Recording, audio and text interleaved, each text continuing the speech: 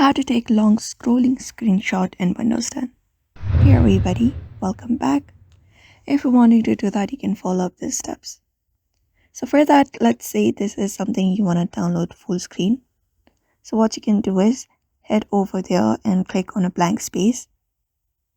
After that, you can go to inspect from this option. Go ahead and click on it. After clicking on inspect, this opens up on your screen.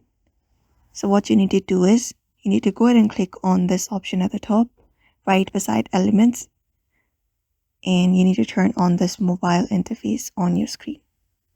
Go ahead and do that. After that, you can click on the three dot, and there you should be finding capture full screenshot.